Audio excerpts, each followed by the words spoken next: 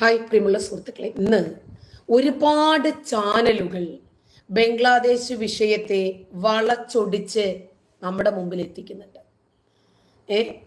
വളരെ എന്താണോ അവരുടെ രാഷ്ട്രീയം അത് നമ്മളിൽ എത്തിക്കാൻ, എന്താണോ അവരുടെ മത താല്പര്യം അത് നമ്മളിൽ എത്തിക്കാൻ ശ്രമിക്കുന്നുണ്ട്. മുഹമ്മദ് ഷബീറിനെ എല്ലാവരും നമസ്കരിച്ചു എന്ന് സെൻസസ് എടുക്കാൻ വേണ്ടിയിട്ട് വിട്ടതാണോ? ആണോ? ഓരോ വ്യക്തികൾ പരസ്പരം അങ്ങനെ ഒരു കരാറില്ല. സൃഷ്ടാവും സൃഷ്ടികളും തമ്മിലുള്ള കരാറാണ് നമസ്കാരം. അതെ, നിങ്ങൾ ചെയ്തോ എന്ന് ഞാനും ചോദിക്കേണ്ട കാര്യമില്ല, ഞാൻ ചെയ്തു എന്ന് നിങ്ങളും ചോദിക്കേണ്ട കാര്യമില്ല. അതിന്റെ പേര് ഇഹ്സാൻ എന്നാണ്.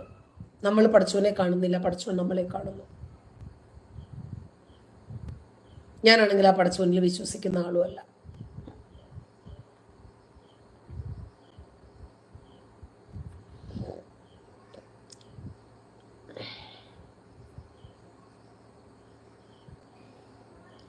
ഓക്കെ, DNA വന്നു. ശരി, നമുക്ക് തുടങ്ങാം. DNA welcome. മനു കൃഷ്ണ നമസ്കാരം. ഇപ്പോ നമ്മുടെ നാട്ടില് ഏകദേശം നല്ലൊരു ശതമാനം മാധ്യമങ്ങൾക്കും ഇന്ന് ബംഗ്ലാദേശ് വിഷയം ചർച്ച ചെയ്യാതിരിക്കാൻ പറ്റാതായി മാറിയിരിക്കുന്നു. കാരണം അത്രമേൽ ഹിന്ദുക്കളുടെ മേലുള്ള പീഡനം വർദ്ധിച്ചു വന്ന സാഹചര്യത്തിലാണ് ബംഗ്ലാദേശ് ഉള്ളത്.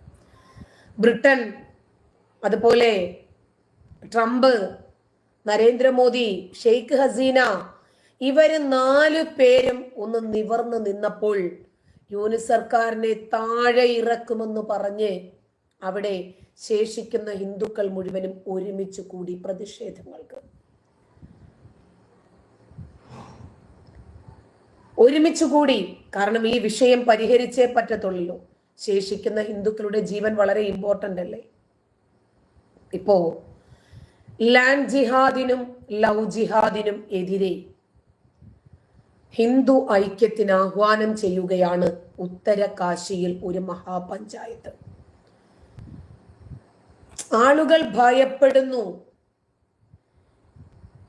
ശകുന്തളൻ പറഞ്ഞത് ശരിയാണ്. ഇവരുടെ ഈ മേൽക്കോയ്മയും ആധിപത്യവും അടിച്ചമർത്തലും ഒതുക്കി പിടിക്കലും മതം മാറ്റലും എല്ലാം കൊണ്ട് ജനങ്ങളാകെ പാനിക്കാണ്. അവർക്ക് നിലനിൽക്കണമല്ലോ. അതിനുവേണ്ടിയുള്ള ശ്രമങ്ങളുടെ ഭാഗമായി അവർ കർമ്മനിരതരാകാൻ തീരുമാനിച്ചിരിക്കുന്നു. ദേവഭൂമി എന്ന ഉത്തരാഖണ്ഡിന്റെ സാംസ്കാരിക പൈതൃകം കാത്തു സൂക്ഷിക്കണമെന്നും ഭീഷണികൾക്കെതിരെ ഒന്നിക്കണമെന്നും മഹാപഞ്ചായത്ത് സംഘടിപ്പിച്ച ദേവഭൂമി വിചാർ മഞ്ച് അവതരിപ്പിച്ച പ്രമേയം ആവശ്യപ്പെട്ടു. സംസ്ഥാനത്തെ അനധികൃത നിർമ്മാണങ്ങൾക്കെതിരെ ശക്തമായ നിലപാട് സ്വീകരിക്കണമെന്ന് പരിപാടിയെ അഭിവാദ്യം ചെയ്ത് BJP നേതാവ് T രാജാ സിംഗ് മുഖ്യമന്ത്രി പുഷ്കർ സിംഗ് ധാമിയോട് ആവശ്യപ്പെട്ടു. ലാൻഡ് ജിഹാദിന് അതുമാത്രമാണ് പോംവഴി. എന്താണ് തിരിച്ചു വന്നേ? ഹിന്ദുക്കൾക്ക് പവിത്രമായ പ്രദേശങ്ങളൊക്കെ കൈയടക്കി കെട്ടിടങ്ങൾ നിർമ്മിക്കുന്ന ആസൂത്രിത പ്രവണത കാണാതെ പോകരുത് എന്ന് അദ്ദേഹം പറഞ്ഞു. ഉത്തരകാശിയുടെ ധാർമ്മിക പൈതൃകം കാത്തു സൂക്ഷിക്കണമെന്ന് പഞ്ചായത്തിൽ സംസാരിച്ച ഗംഗോത്രി MLA സുരേഷ് സിംഗ് ചൗഹാൻ പറഞ്ഞു. ആധ്യാത്മിക കേന്ദ്രങ്ങൾ സ്ഥിതി ചെയ്യുന്ന ഗംഗാ തീരത്തെ കശാപ്പ് ശാലകൾ അടച്ചുപൂട്ടിയ യുവാക്കളെ സുരേഷ് സിംഗ് ചൗഹാൻ അഭിനന്ദിച്ചു. അതായത് ഇപ്പോൾ ആരൊക്കെ കണ്ട് ശ്രമിച്ചിട്ടും ശരി, ഹിന്ദുക്കളെയും ക്രിസ്ത്യാനികളെയും മറ്റു മതരഹിതരെയും ഒരുമിപ്പിക്കാൻ കഴിഞ്ഞിട്ടില്ല. അതുകൊണ്ട് മറ്റുള്ളവർ യോജിച്ച് പ്രവർത്തിക്കുന്നത് കണ്ടാലെങ്കിലും, കാരണം എല്ലാ ഇസ്ലാം മത ഇതര സംഘടനകളും ഒരുമിച്ച് നിന്നിട്ടാണ് പൊരുതുന്നത്. എന്തിന്? അവർക്കൊരൊറ്റ ലക്ഷ്യമേ ഉള്ളൂ. ഇസ്ലാം മത രാഷ്ട്രം, മുസ്ലിങ്ങൾ മാത്രമുള്ള ഒരു ലോകം സ്ഥാപിക്കുക. ആ ലക്ഷ്യത്തിനു വേണ്ടി അവർ ഒരുമിച്ച് നിന്ന് പൊരുതുമ്പോൾ നമ്മുടെ നിലനിൽപ്പിനു വേണ്ടി നമ്മളും ഒരുമിക്കേണ്ടതുണ്ട് എന്ന യാഥാർത്ഥ്യം ഇന്ന് ലോകം ചിന്തിച്ചു തുടങ്ങിയിരിക്കുന്നു. ഇപ്പോ സംഭാലിൽ നമുക്കറിയാം, ഷാഹി മസ്ജിദില് ആർക്കിയോളജിക്കൽ സർവേ നടക്കുവാണ്. ആ ഡിപ്പാർട്ട്മെന്റിലെ ആളുകള്, ഉദ്യോഗസ്ഥര്, അഭിഭാഷകർ, ഇവരെല്ലാവരും കൂടി ഷാഹി ജുമാ മസ്ജിദിൽ എത്തുമ്പോൾ ഒരു പറ്റം ജനത അവരെ തടയുന്നു. അങ്ങോട്ടേക്ക് കടക്കാൻ പറ്റില്ല എന്ന് പറഞ്ഞ് കല്ലും മണ്ണും വാരിയെറിയുന്നു. അല്ലാഹു അക്ബർ എന്ന് മുദ്രാവാക്യം മുഴക്കുന്നു. അവരെ തെറി വിളിക്കുന്നു, ഭീഷണിപ്പെടുത്തുന്നു, അവരുടെ വാഹനങ്ങൾ അടിച്ചു തകർക്കുന്നു. അക്രമാസക്തമായ ജനക്കൂട്ടത്തിന് മുമ്പിൽ നിങ്ങൾ നിസ്സഹായരായി നോക്കി നിൽക്കേണ്ടതില്ല എന്ന് യോഗിയുടെ ഉത്തരവിനനുസരിച്ച് അവർ ഈ ഉരുക്കുമുഷ്ടി ഉപയോഗിച്ച ഈ ജനതയെ പിന്തിരിപ്പിക്കാൻ വേണ്ടി കണ്ണീർവാതകമടക്കം പ്രയോഗിക്കുന്ന ഒരു സ്ഥിതിയിലേക്ക് എത്തിയിരിക്കുന്നു. മരണം ഒരു 5-6 ഒക്കെ ആയെന്നാണ് കേട്ടത്. ഇതും ബംഗ്ലാദേശിലെ ജമാഅത്തെ ഇസ്ലാമി ചെയ്യുന്നതും തമ്മിലൊന്ന് കണക്ട് ചെയ്ത് നോക്കിയാൽ യോഗി പറയുന്നത് പോലെ ഇതിന്റെ രണ്ടിന്റെയും DNA ഒന്നാണ്. സംശയമില്ല. 500 വർഷം മുമ്പ് മുഗൾ ചക്രവർത്തി ബാബറിന്റെ കമാൻഡർ അയോധ്യയിൽ ചെയ്തതും ഇപ്പോൾ സംഭാലിൽ ഷാഹി ജുമാ മസ്ജിദുമായി ബന്ധപ്പെട്ട് നടക്കുന്നതും ബംഗ്ലാദേശിൽ സംഭവിക്കുന്നതും എല്ലാം ഇതിന്റെ എല്ലാം DNA ഒന്നാണ് എന്ന് ഉത്തർപ്രദേശ് മുഖ്യമന്ത്രി യോഗി ആദിത്യനാഥ് പറഞ്ഞത് പരമാർത്ഥമാണ്. 3 സംഭവത്തിന്റെയും DNA ഒന്നാണ്. അങ്ങനല്ല എന്ന് കരുതുന്നവർ തെറ്റിദ്ധാരണയിൽ കഴിയുന്നവരാണ്. പ്രതിപക്ഷം സമൂഹത്തിൽ ഭിന്നതയുണ്ടാക്കുന്നതിന് വേണ്ടി ശ്രമിച്ചുകൊണ്ടിരിക്കുന്നു. ഇത് അറിയുന്നവർക്കറിയാം, അല്ലാത്തവർ തിരിച്ചറിയാതെ പോകും. അവര് ഈ കപട മതേതരത്വത്തില് വീണുപോകും. യാഥാർത്ഥ്യം അറിഞ്ഞാലും ചിലര് തിരിച്ചറിയാൻ സാധിക്കാതെ പോകുകയും ചെയ്യുന്നു. ചിലർക്ക് യാഥാർത്ഥ്യം എന്താണ് എന്ന് മനസ്സിലാക്കാൻ പറ്റുന്നില്ല. ചില കാര്യങ്ങൾ വെളിച്ചത്ത് വരാൻ കുറച്ചധികം സമയമെടുക്കും. ഇപ്പൊ വഖഫ് ബോർഡ് രംഗപ്രവേശം ചെയ്തതുകൊണ്ടാണ് മുസ്ലിങ്ങൾ എന്ത് അജണ്ടയാണ് ഈ നാട്ടിൽ പാസ്സാക്കാൻ ഉദ്ദേശിക്കുന്നത് എന്ന് നമുക്ക് മനസ്സിലായത്. ഇവരെന്താണ് ചെയ്തുകൊണ്ടിരിക്കുന്നത് എന്ന് നമുക്ക് മനസ്സിലായത്. ഈ രാജ്യം പിടിക്കുന്നതിന്റെ ഭാഗമായി, അവർ മതവൽക്കരിക്കുന്നതിന്റെ ഭാഗമായി, കാഫിറുകളെ അമർച്ച ചെയ്യുകയും ഇല്ലാതാക്കുകയും ചെയ്യുന്നതിന്റെ ഭാഗമായി പണി തുടങ്ങിക്കഴിഞ്ഞു. നമുക്ക് മനസ്സിലാകാൻ കുറച്ച് സമയമെടുത്തു എന്ന് മാത്രമേ ഉള്ളൂ. നമ്മുടെ നാട്ടിലെ മാധ്യമങ്ങളൊന്നും ബംഗ്ലാദേശിലെ ഹിന്ദു വംശഹത്യ അവർക്ക് വാർത്തയല്ല. സംഭാലിലെ വിഷയം അവർക്ക് വാർത്തയല്ല. അവര് ഗാസയിലേക്ക് നോക്കിയിരിക്കുവാണ്, റാഫയിലേക്ക് നോക്കിയിരിക്കുവാണ്. പലസ്തീനിലെ ആളുകൾ, പലസ്തീനിലെ മുസ്ലിങ്ങളുടെ ജീവൻ അവർക്ക് പ്രിയപ്പെട്ടതാണ്. പലസ്തീനിൽ എന്താണ് നടക്കുന്നത്? അവിടുത്തെ സ്ത്രീകളുടെയും കുട്ടികളുടെയും ഒക്കെ കണ്ണീര് മാത്രമാണ് ചിലർക്ക് പ്രിയപ്പെട്ടത്. ഇപ്പോ ബംഗ്ലാദേശില് ന്യൂനപക്ഷത്തിന്റെ നേർക്ക് നടക്കുന്ന ഭീകരമായ പീഡനവും വംശഹത്യയും ആഗോളതലത്തിൽ തന്നെ വലിയ രൂപത്തിൽ ജനശ്രദ്ധ നേടിയിരിക്കുന്നു. ലോക രാജ്യങ്ങൾ പോലും ബംഗ്ലാദേശിനെ നിലയ്ക്ക് നിർത്തണം എന്ന ആവശ്യവുമായി UN-നെ കുറ്റപ്പെടുത്തിക്കൊണ്ട് ഇറങ്ങിയിരിക്കുന്നു. ഇസ്കോൺ ആചാര്യനായ ചിന്മയ കൃഷ്ണദാസിനെ അന്യായമായി തടങ്കലിൽ സൂക്ഷിച്ചിരിക്കുന്നതും ലോകമെമ്പാടും പ്രതിഷേധം ഉയർത്തിയിട്ടുണ്ട്. ബംഗ്ലാദേശിന്റെ ഈ നടപടികൾക്കെതിരെ കോഴിക്കോട് മുതലക്കുളത്ത് നടന്ന ന്യൂനപക്ഷ ഐക്യദാർഢ്യ സമ്മേളനം ശ്രദ്ധയാർജിച്ചിരുന്നു. 15ഓളം ഹൈന്ദവ സംഘടനകളുടെ നേതാക്കൾ പങ്കെടുത്ത ഈ യോഗത്തെക്കുറിച്ച് ഒരു വരി വാർത്ത പോലും കൊടുക്കാതിരുന്ന നമ്മുടെ നാട്ടിലെ മുഖ്യധാരാ മാധ്യമങ്ങൾ, പ്രത്യേകിച്ച് മാതൃഭൂമിയുടെ നടപടിക്കെതിരെ വ്യാപകമായ വിമർശനം ഉയർന്നിരിക്കുന്നു. ഇത് സംബന്ധിച്ച് മാധ്യമപ്രവർത്തകനായ ബാലകൃഷ്ണൻ എഴുതിയ ഒരു കുറിപ്പാണ് ഇപ്പോൾ സോഷ്യൽ മീഡിയ ഏറ്റെടുത്തിരിക്കുന്നത്. മാതൃഭൂമി ആരാ നിയന്ത്രിക്കുന്നതെന്നും ആരെ ഭയന്നിട്ടാണ് ഇത്തരം ഒരു വാർത്തയെ അവർ മൂടിവെച്ചതെന്നുമാണ് കുറിപ്പിൽ ബാലകൃഷ്ണൻ ചോദിക്കുന്നത്. ഫേസ്ബുക്കിലൂടെയാണ് അദ്ദേഹത്തിന്റെ ഒരു അമർഷവും വിമർശനവും അഭിപ്രായവും അദ്ദേഹം രേഖപ്പെടുത്തിയിരിക്കുന്നത്. മുതലക്കുളത്ത് നിന്ന് മാതൃഭൂമിയിലേക്കുള്ള ദൂരം എത്രയാണ്? ബംഗ്ലാദേശിലെ മതന്യൂനപക്ഷ പീഡനം ഇപ്പോൾ ആഗോള വാർത്തയാണ്. ഇസ്കോൺ ആചാര്യൻ ചിന്മയ കൃഷ്ണദാസിനെ അന്യായമായി തടങ്കലിൽ വെച്ചിരിക്കുന്നു. നിയമസഹായം പോലും നിഷേധിക്കുന്നു. ഭീകരമായ വംശഹത്യയാണ് നടക്കുന്നത്. ഇതിനെതിരെ ആഗോള തലത്തിൽ നടക്കുന്ന പ്രതിഷേധത്തിന്റെ ഭാഗമായി ഇന്നലെ കോഴിക്കോട് മുതലക്കുളത്ത് ബംഗ്ലാദേശ് മതന്യൂനപക്ഷ ഐക്യദാർഢ്യ സമ്മേളനം നടന്നു. ഇസ്കോൺ, മാതാ അമൃതാനന്ദമയി മഠം, സംബോധ് ഫൗണ്ടേഷൻ, അദ്വൈതാശ്രമം തുടങ്ങിയ ആശ്രമങ്ങളുടെ ആചാര്യന്മാര്, 15ഓളം ഹൈന്ദവ സംഘടനകളുടെ നേതാക്കൾ യോഗവേദിയിൽ പങ്കെടുത്തിട്ടുണ്ടായിരുന്നു. എന്നിട്ട് ഒരു വരി വാർത്ത പോലും, ഒരു ചിത്രം പോലും മാതൃഭൂമി പത്രം നൽകിയില്ല. എന്തുകൊണ്ടായിരിക്കാം? മാതൃഭൂമിയെ നിയന്ത്രിക്കുന്നത് ആരാണ്? അവർ ആരെയാണ് ഭയക്കുന്നത് എന്നാണ് ബാലകൃഷ്ണൻ ചോദിച്ചത്.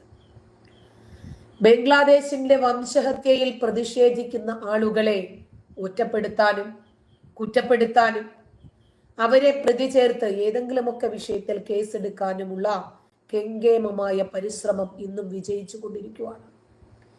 ബംഗ്ലാദേശിന് ഐക്യദാർഢ്യം പ്രഖ്യാപിച്ചതുകൊണ്ടും അവിടുത്തെ ഹിന്ദുക്കളെ സംരക്ഷിക്കണമെന്ന് പറഞ്ഞ് അവിടെയുള്ള ഹിന്ദുക്കളെ സംബന്ധിക്കുന്ന വിഷയങ്ങൾ ലൈവായി നിങ്ങൾക്ക് മുമ്പിൽ എത്തിക്കുന്നത് കൊണ്ടും ഞാനും നേരിടേണ്ടി വരുന്നത് ചെറിയ രൂപത്തിലുള്ള ഭീഷണികളും കേസുകളുമല്ല.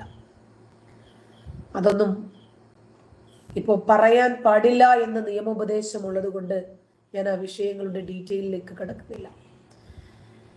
ഇപ്പോ ബംഗ്ലാദേശിന്റെ രാഷ്ട്രപിതാവിനോട് പോലും അവർ ചെയ്യുന്നത് എന്താണെന്ന് നമുക്കറിയാം. മൃഗങ്ങളോട് ചെയ്യുന്നത് എന്താണെന്ന് നമുക്കറിയാം. പിന്നെ അവരുമായി യോജിച്ച് പോകാത്ത മതവിഭാഗത്തോടും രാഷ്ട്രീയ വിഭാഗത്തോടും ഇവര് എന്ത് ചെയ്യുമെന്ന് നമുക്ക് ഊഹിക്കാവുന്നതല്ലേ ഉള്ളൂ. വിമോചന സമരത്തിന്റെ മുന്നണി പോരാളിയായ ബംഗബന്ധു എന്നറിയപ്പെടുന്ന ഷെയ്ഖ് മുജീബുർ റഹ്മാന്റെ ചിത്രം കറൻസി നോട്ടുകളിൽ പോലും ഉണ്ടാകരുത്. ഈ നടപടിക്കാണ് ബംഗ്ലാദേശിലെ ഇടക്കാല യൂണിറ്റ് സർക്കാർ തുടക്കമിട്ടത്. ഷെയ്ഖ് ഹസീനയെ പ്രധാനമന്ത്രി സ്ഥാനത്ത് നിന്ന് നീക്കി 1 മാസത്തിനുള്ളിൽ തന്നെ ഇതിനുള്ള ശ്രമങ്ങൾ അവർ ആരംഭിച്ചിരിക്കുന്നു. ഷെയ്ഖ് ഹസീനയുടെ പിതാവും ബംഗ്ലാദേശിന്റെ സ്ഥാപക നേതാക്കളിൽ ഒരാളുമാണ് ഷെയ്ഖ് മുജീബുർ റഹ്മാൻ.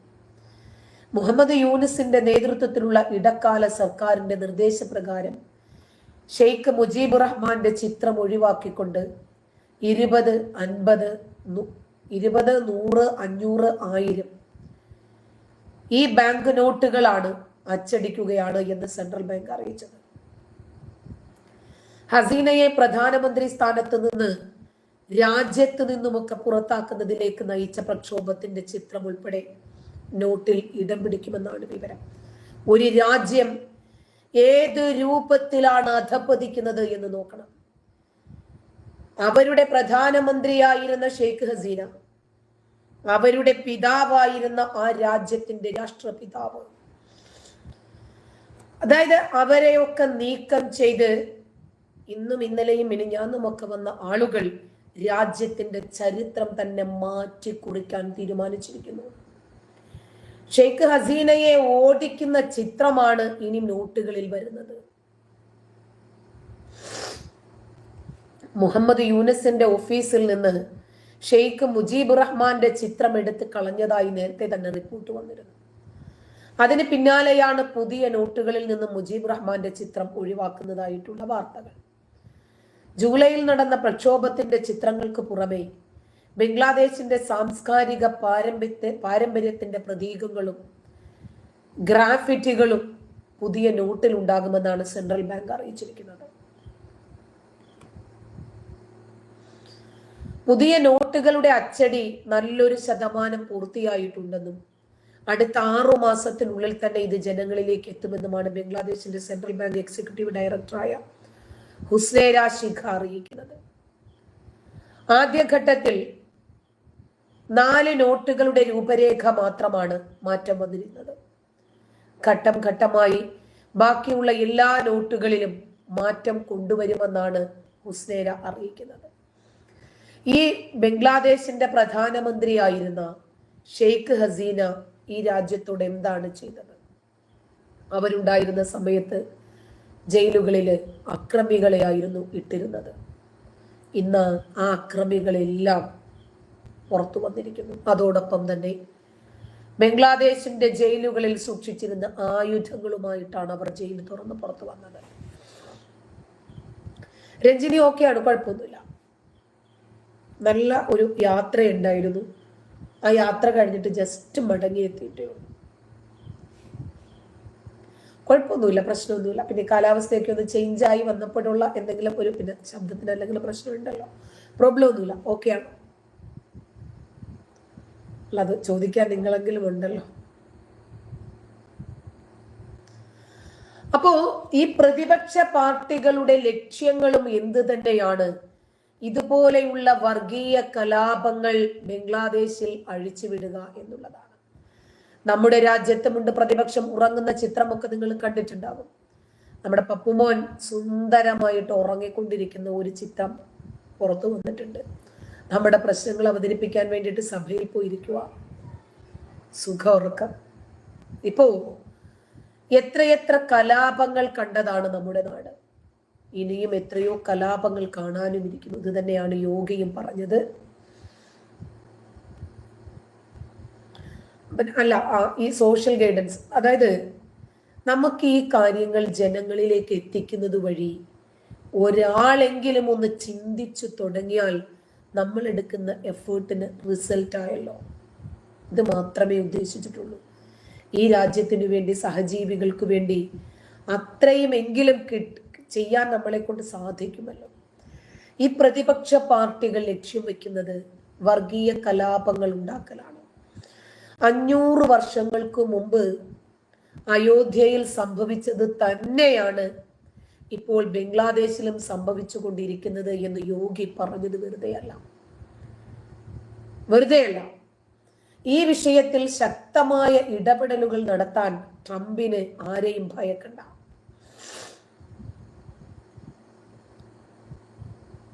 ഒരു പേടിയുമില്ല ആരെയും. ബംഗ്ലാദേശിൽ തടവിലാക്കപ്പെട്ട എല്ലാവർക്കും നിയമസഹായം ലഭിക്കാനുള്ള അവസരം ഒരുക്കണമെന്ന് American state department principal deputy വക്താവ് വേദാന്ത് പട്ടേലാണ് ബംഗ്ലാദേശിനോട് പറഞ്ഞിരിക്കുന്നത്. അതൊരു ഭീഷണിയായിട്ടാണെങ്കിൽ അങ്ങനെ, കൽപ്പനയായിട്ടാണെങ്കിൽ അങ്ങനെ, നിർദ്ദേശമായിട്ടാണെങ്കിൽ അങ്ങനെ.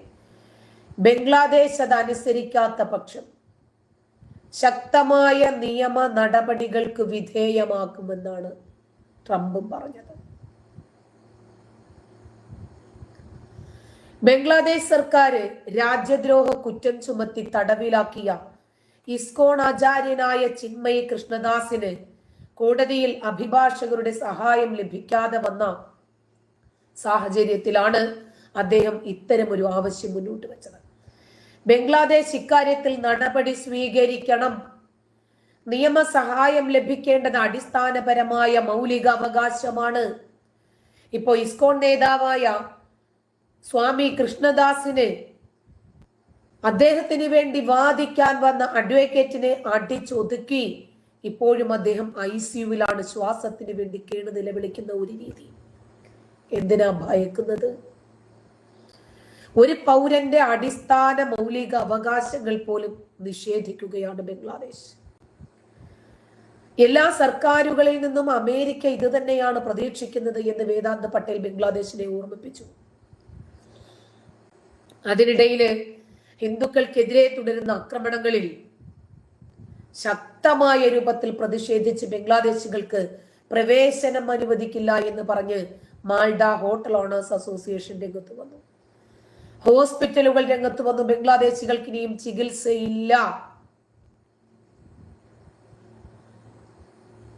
സർക്കാരിന്റെയോ പോലീസിന്റെയോ അനുമതിയില്ലാതെ ഒരാൾക്കും ഹോട്ടൽ സേവനങ്ങൾ ചെയ്യില്ല, ആശുപത്രി സേവനങ്ങൾ ചെയ്യില്ല എന്നൊക്കെ പറഞ്ഞിട്ട് ജനങ്ങൾ മുന്നോട്ട് വരികയാണ്.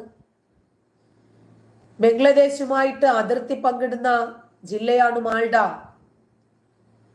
അവിടുത്തെ ഹോട്ടൽ സേവനങ്ങൾ നൽകില്ലെന്ന് പറഞ്ഞത് Malda merchant chamber commerce president ജയന്തയാണ്. എന്നാൽ ബംഗ്ലാദേശില് ഐക്യരാഷ്ട്രസഭ എന്ത് ചെയ്തുകൊണ്ടിരിക്കുന്നവർ ഇതുവരെ ഗാസയിലായിരുന്നു. ഗാസയിലെ ജനതയ്ക്കു വേണ്ടി ഇസ്രായേലിനെതിരെ ഇതുവരെ ഫൈറ്റ് ചെയ്തുകൊണ്ടിരുന്ന UN ഇപ്പം മിണ്ടുന്നില്ല. എന്തുകൊണ്ടാണ് ഐക്യരാഷ്ട്രസഭ ഇടപെടാത്തത് എന്നാണ് ഹിന്ദു ആചാര്യനായ ദേവകി നന്ദൻ ഠാക്കൂർ ചോദിച്ചത്. ലോകത്തെവിടെയും മനുഷ്യരാശിക്കെതിരെ പ്രശ്നങ്ങൾ ഉണ്ടാകുമ്പോൾ ഇടപെടുന്ന UN നിർഭാഗ്യവശാൽ എന്തുകൊണ്ടാണ് ബംഗ്ലാദേശിലെ ഹിന്ദുക്കൾക്കെതിരെ നിശബ്ദമായിരിക്കുന്നത്? നടപടിയെടുക്കാൻ സാധിച്ചിട്ടില്ലെങ്കിൽ UN പിരിച്ചുവിടുകയാണ് നല്ലത് എന്ന് ദേവകി നന്ദൻ ഠാക്കൂർ പറഞ്ഞു. അവര് ഇസ്രായേലിനെതിരെ കുതിര കയറാൻ അവർക്ക് വലിയ ചുരുക്കായിരുന്നു. ഗാസയിലെ ജനത ഇത് പറഞ്ഞായിരുന്നു ഇതുവരെ ഇവർ സമരം ചെയ്തിരുന്നതെല്ലാം. ഇപ്പോ ഹിന്ദു, ബുദ്ധ, ക്രൈസ്തവ, ഹിന്ദുക്കൾ മാത്രമല്ല ബംഗ്ലാദേശിൽ അനുഭവിക്കുന്നത് യാതനകൾ. അയ്യോ രഞ്ജിനി, എനിക്കൊരു കുഴപ്പമില്ല കേട്ടോ, ഞാൻ ഓക്കെയാണ്. അതെന്താ രഞ്ജിനിക്ക് അങ്ങനെ തോന്നുന്നത്? പ്രശ്നമൊന്നുമില്ല, ശാരീരികമായിട്ടും പ്രോബ്ലം ഇല്ല, മാനസികമായിട്ടും പ്രോബ്ലം ഇല്ല. എന്താ അങ്ങനെ തോന്നുന്നതെന്ന് എനിക്കറിയില്ല. വണ്ടി കിടന്നൊന്ന് ഉറങ്ങി എഴുന്നേറ്റതാണ്. അതുകൊണ്ടാണോ? ഉറങ്ങി എഴുന്നേറ്റ് ഒന്ന് കുളിച്ചു, പ്രശ്നമൊന്നുമില്ല. എന്താണെന്ന് എനിക്കറിയില്ല, സാരമില്ല. അപ്പോ അവിടെ ഹിന്ദുക്കളും മാത്രമല്ല പീഡനം അനുഭവിക്കുന്നത് എന്നുകൂടി ചിന്തിക്കണം. ഹിന്ദു, ബുദ്ധ, ക്രൈസ്തവ ന്യൂനപക്ഷങ്ങൾക്ക് ജീവിക്കാൻ പോലും അവകാശമില്ല എന്ന തരത്തിൽ അക്രമങ്ങളാണ് 90% മുസ്ലിം ജനസംഖ്യയുള്ള ബംഗ്ലാദേശിൽ നടന്നുകൊണ്ടിരിക്കുന്നത്. ശ്രീകൃഷ്ണ ധർമ്മ പ്രചാരകനായ ഇസ്കോണിന്റെ മുഖ്യ പുരോഹിതൻ ചിന്മയി കൃഷ്ണദാസിന്റെയും മറ്റു പുരോഹിതരുടെയും അറസ്റ്റും അതിനോടൊപ്പം തന്നെ ഹിന്ദുക്കൾക്കും ക്ഷേത്രങ്ങൾക്കും നേരെയുള്ള അക്രമങ്ങൾക്കും പുറമെ രാജ്യത്തെ ക്രൈസ്തവരും വ്യാപകമായ പീഡനങ്ങളാണ് നേരിട്ട് കൊണ്ടിരിക്കുന്നത് ബംഗ്ലാദേശിൽ. ഷെയ്ഖ് ഹസീനയുടെ പലായനത്തിന് കാരണമായ കലാപങ്ങൾക്ക് ശേഷം കൊലപാതകം, പീഡനം, തട്ടിക്കൊണ്ടുപോകൽ എന്നിവയുൾപ്പെടെ രാജ്യത്തെ 64 ജില്ലകളിലും ന്യൂനപക്ഷങ്ങൾക്കെതിരായി 2010-ലധികം അക്രമങ്ങൾ റിപ്പോർട്ട് ചെയ്തതും മാത്രമുണ്ട്. അപ്പോൾ റിപ്പോർട്ട് ചെയ്യപ്പെടാത്തത് എത്രയുണ്ടെന്ന് ആലോചിച്ച് നോക്കുക. Bangladesh Hindu, Buddhist, Christian unity കൗൺസിലിന്റെ ആക്ടിംഗ് ജനറൽ സെക്രട്ടറിയായ മനീന്ദ്ര കുമാർ നാഥ് പറഞ്ഞതാണിത്. 5 ലക്ഷത്തിനടുത്താണ് ബംഗ്ലാദേശിലെ ക്രൈസ്തവ ജനസംഖ്യയുള്ളത്. ഇത് രാജ്യത്തെ ആകെ ജനസംഖ്യയുടെ 0.3% വരും. ഇപ്പോഴത്തെ അക്രമങ്ങൾ മുൻകാലങ്ങളിൽ ഉണ്ടായിരുന്നതിന്റെ തുടർച്ചയാണ് എന്ന് പറയാം. 2001 ജൂൺ 3 ബെനിയാർകോറിലെ കത്തോലിക്ക പള്ളിയില് കുർബാനയ്ക്കിടയിൽ ഉണ്ടായ ബോംബാക്രമണത്തിൽ 9 പേര് കൊല്ലപ്പെട്ടിരുന്നു.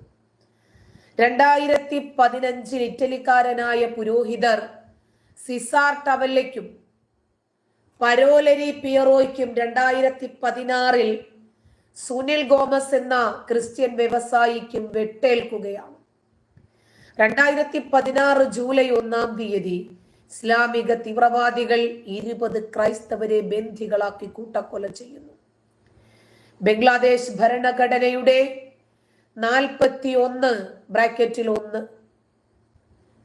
പ്രകാരമുള്ള ഇഷ്ടമുള്ള മതം സ്വീകരിക്കാനും പ്രചരിപ്പിക്കാനുമുള്ള അവകാശമുണ്ടെങ്കിലും ന്യൂനപക്ഷങ്ങൾ മതപരമായ കാര്യങ്ങൾ പരസ്യമായി ചെയ്യുന്നത് പലപ്പോഴും മുസ്ലിങ്ങളുടെ പ്രത്യക്ഷവും പരോക്ഷവുമായ അക്രമത്തിലാണ് കലാശിക്കാറുണ്ടായിരുന്നത്. ക്രൈസ്തവ കുടുംബങ്ങൾ ഒത്തുകൂടുന്നതും ഉപേക്ഷിക്കേണ്ടുന്ന സാഹചര്യമാണ് വർഷങ്ങളായിട്ട് ബംഗ്ലാദേശിൽ നിലനിൽക്കുന്നത്. ക്രൈസ്തവ ആഘോഷങ്ങളിലേക്ക് തീവ്ര ഇസ്ലാമിക ആൾക്കൂട്ടങ്ങൾ സംഘടിച്ചെത്തി തടസ്സപ്പെടുത്തുന്നതും പതിവാണ്. ഭരണഘടനയുടെ അനുച്ഛേദം 28(1) പ്രകാരം വിവേചനരഹിതവും 29 പ്രകാരം തുല്യതയോട് കൂടിയതുമായ സമൂഹത്തെ ആ രാജ്യം വിഭാവനം ചെയ്യുമ്പോഴും നിയമവാഴ്ചയെ കാറ്റിൽ പറത്തിക്കൊണ്ടുള്ള സമീപനമാണ് ഉണ്ടാകുന്നത്. തൊഴിലിടങ്ങളിലും പാർപ്പിടങ്ങളിലും മറ്റും ന്യൂനപക്ഷങ്ങൾ വിവേചനമാണ് നേരിട്ടുകൊണ്ടിരിക്കുന്നത്. ഇതിന്റെ ഫലമായി ക്രിസ്ത്യാനികൾ അടക്കമുള്ള ന്യൂനപക്ഷങ്ങൾ തെരുവ് വൃത്തിയാക്കൽ പോലെയുള്ള ഏറ്റവും പാർശ്വവൽക്കരിക്കപ്പെട്ടതും വേതനം കുറഞ്ഞതുമായ ജോലികൾ ചെയ്യാൻ നിർബന്ധിതരാകുകയാണ്. പാഠപുസ്തകങ്ങളിൽ ഇസ്ലാമികമായ വിജ്ഞാനങ്ങൾ പഠിപ്പിക്കാൻ ബംഗ്ലാദേശിലെ ന്യൂനപക്ഷ വിദ്യാർത്ഥികളും നിർബന്ധിതരാകുന്നു. ക്രിസ്തുമത വിശ്വാസികളായ വിദ്യാർത്ഥികൾക്ക് റിക്ഷകളിലും ബസ്സുകളിലും യാത്ര നിഷേധിക്കുന്നതും അവരെ പരിഹസിക്കുന്നതും സ്കൂൾ കൂട്ടായ്മകളിൽ നിന്നും പുറത്താക്കുന്നതുമൊക്കെ അവിടുത്തെ നിത്യസംഭവങ്ങളാണ്. ഭാരതത്തിൽ ഹിന്ദു സമൂഹത്തെ ഭിന്നിപ്പിക്കാൻ ദളിത് സ്നേഹം പുറത്തെടുക്കുന്ന ജമാഅത്തെ പോലെയുള്ള ഇസ്ലാമിക ഭീകര സംഘടനകൾ ബംഗ്ലാദേശിലെ ഹിന്ദു ക്രൈസ്തവ വിഭാഗങ്ങളിലെ ദളിത് വിഭാഗങ്ങളെ തെരഞ്ഞു പിടിച്ച് ആക്രമിക്കുകയാണ്. ഭീഷണിപ്പെടുത്തി മതം മാറ്റത്തിന് ശ്രമിക്കുകയും ചെയ്യുന്നുണ്ട്. 2023 ഏപ്രിൽ 6-ാം തീയതി ചിറ്റഗോങ്ങിൽ വെടിവെപ്പില് ഗോത്രവർഗത്തിൽപ്പെട്ട 8 ക്രിസ്ത്യാനികളാണ് കൊല്ലപ്പെട്ടത്. 2023 ഫെബ്രുവരിയിൽ 1000-ത്തിലധികം ക്രൈസ്തവ വിശ്വാസികളെ വീടുകളിൽ നിന്ന് പുറത്താക്കുകയും ദക്ഷിണ ധാക്കയിലെ ധോൽപൂരിലെ 2 പള്ളികൾ തകർക്കുകയും ചെയ്തു. ഏപ്രിൽ 3 ക്രൈസ്തവ ദേവാലയങ്ങൾ കൂടി ആക്രമിക്കപ്പെടുന്നു. റോഹിംഗ്യൻ അഭയാർത്ഥികൾ എന്ന പേരിൽ ഒന്നിച്ച് ബംഗ്ലാദേശിലെത്തിയ സംഘത്തിലെ മുസ്ലിങ്ങൾ തങ്ങൾക്കൊപ്പം വന്ന റോഹിംഗ്യൻ ക്രൈസ്തവരെയും ബംഗ്ലാദേശി ക്രൈസ്തവരെയും ഒരുപോലെ ആക്രമിക്കാൻ തുടങ്ങി എന്നതാണ് വിചിത്രമായ യാഥാർത്ഥ്യം. 1971 വിമോചന യുദ്ധത്തിന് മുമ്പ് തന്നെ ജമാഅത്തെ ഇസ്ലാമിയെ പോലെയുള്ള ഭീകരവാദ സംഘടനകൾ ബംഗ്ലാദേശിൽ പിടിമുറുക്കിയിരുന്നു. 2020 മുതൽ അൽ-ഖ്വയ്ദ ഇന്ത്യൻ സബ് കോണ്ടിനെന്റ് രാജ്യത്തെ രൂപവൽക്കരിക്കുന്നതിന്, തീവ്രവൽക്കരിക്കുന്നതിന്, മതവൽക്കരിക്കുന്നതിന് വേണ്ടിയുള്ള ശ്രമങ്ങൾ ഊർജിതമാക്കി മുന്നോട്ട് കൊണ്ടുപോയി. രാജ്യത്ത് 6-ാം നൂറ്റാണ്ടിന്റെ ശരീഅത്ത് നിയമങ്ങൾ കൊണ്ടുവരികയായിരുന്നു അവരുടെ ലക്ഷ്യം. ഇതിനായി യുവജനങ്ങളെ ആകർഷിക്കുന്നതിന് വേണ്ടിയാണ് അവർ ശ്രമിച്ചത്. 2014 ISIS തങ്ങളുടെ സന്ദേശം പ്രചരിപ്പിക്കുന്നതിന് വേണ്ടി സമൂഹ മാധ്യമ പ്രചാരണം നടത്തുകയും 2 വർഷത്തിനിടയിൽ 40ഓളം പേരെ ഭീകര പ്രവർത്തനങ്ങൾക്കായി രാജ്യത്തിന്റെ പുറത്തേക്ക് കൊണ്ടുപോകുകയും ചെയ്തു. ജമാഅത്തിനും ഐസിസിനും പുറമെ രാജ്യത്ത് പ്രവർത്തിക്കുന്ന ഭീകര സംഘടനകളിൽ ഒന്നാണ് ഹർക്കത്തുൽ ജിഹാദ്. 1992 ഷെയ്ഖ് അബ്ദുസലാമിന്റെ നേതൃത്വത്തിൽ അഫ്ഗാനിസ്ഥാനിൽ താലിബാനൊപ്പം യുദ്ധം ചെയ്യാൻ പോയവരാണ് ഈ സംഘടന രൂപീകരിച്ചത്. ഇതിന് ധനസഹായം നൽകിയിരുന്നത് അൽ-ഖ്വയ്ദ തലവൻ ഒസാമ ബിൻ ലാദനായിരുന്നു. സൗദിയിലും പാകിസ്ഥാനിലും മതവിദ്യാഭ്യാസം നേടിയെത്തിയ മൗലാന അബ്ദുറഹ്മാൻ 1989 സ്ഥാപിച്ച ജമാഅത്തുൽ മുജാഹിദീൻ ബംഗ്ലാദേശും, അതുപോലെ പ്രൊഫസർ മൊഹീദ്ദീൻ അഹമ്മദ് 2009 സ്ഥാപിച്ച ഹിസ്ബുത്ത് തഹ്രീർ ഇതും രാജ്യത്തെ തീവ്രവൽക്കരിക്കുന്നതിലും ന്യൂനപക്ഷങ്ങളെ ആക്രമിക്കുന്നതിലും മുഖ്യ പങ്ക് വഹിച്ചു. ഇതിന് രാഷ്ട്രീയ പിന്തുണ നൽകുന്നത് ബംഗ്ലാദേശ് നാഷണൽ പാർട്ടി അഥവാ BNP ആണ്. അവാമി ലീഗ് പൂർണ്ണമായും ഇതിൽ നിന്ന് മോചിതമല്ല എന്നത് യാഥാർത്ഥ്യമാണ്.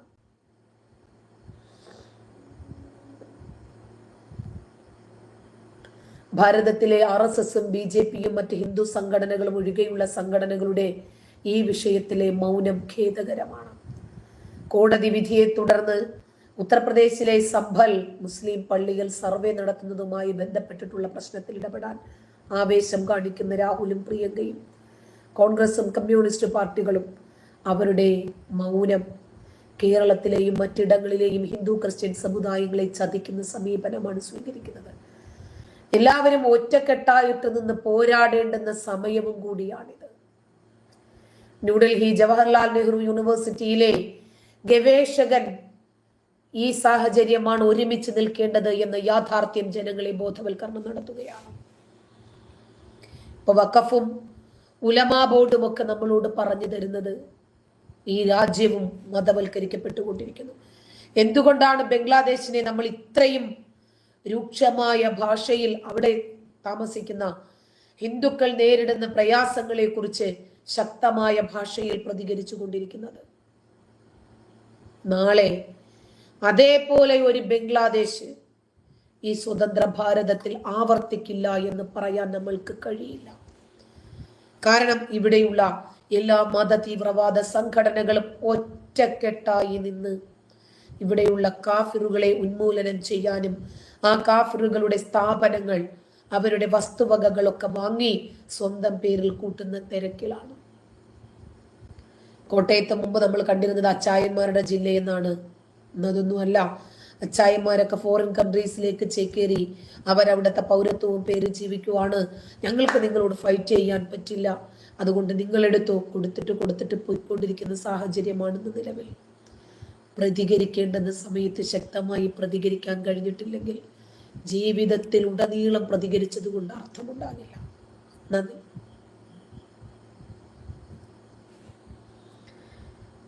രഞ്ജിനി സിക്കു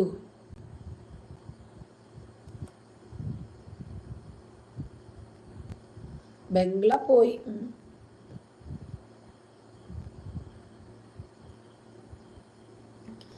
അപ്പോൾ നമുക്ക് ഇനി വീണ്ടും കാണാം. നന്ദി. അതല്ല രഞ്ജിനി, ഇവരുടെ ഇഷ്ടംപോലെ പൈസയുണ്ട്, അപ്പൊ പിന്നെ ഒക്കെ വാങ്ങി കൂട്ടിയിടാമല്ലോ, കുഴപ്പമില്ല. അവര് വാങ്ങി കൂട്ടിയിട്ടുണ്ടൊക്കെയാണ്. ക്രമേണ നമ്മുടെ തലയ്ക്ക് മുകളിലേക്ക് എത്തും അവരുടെ കൈകൾ. അപ്പ ബോധ്യപ്പെടും. ബൈ.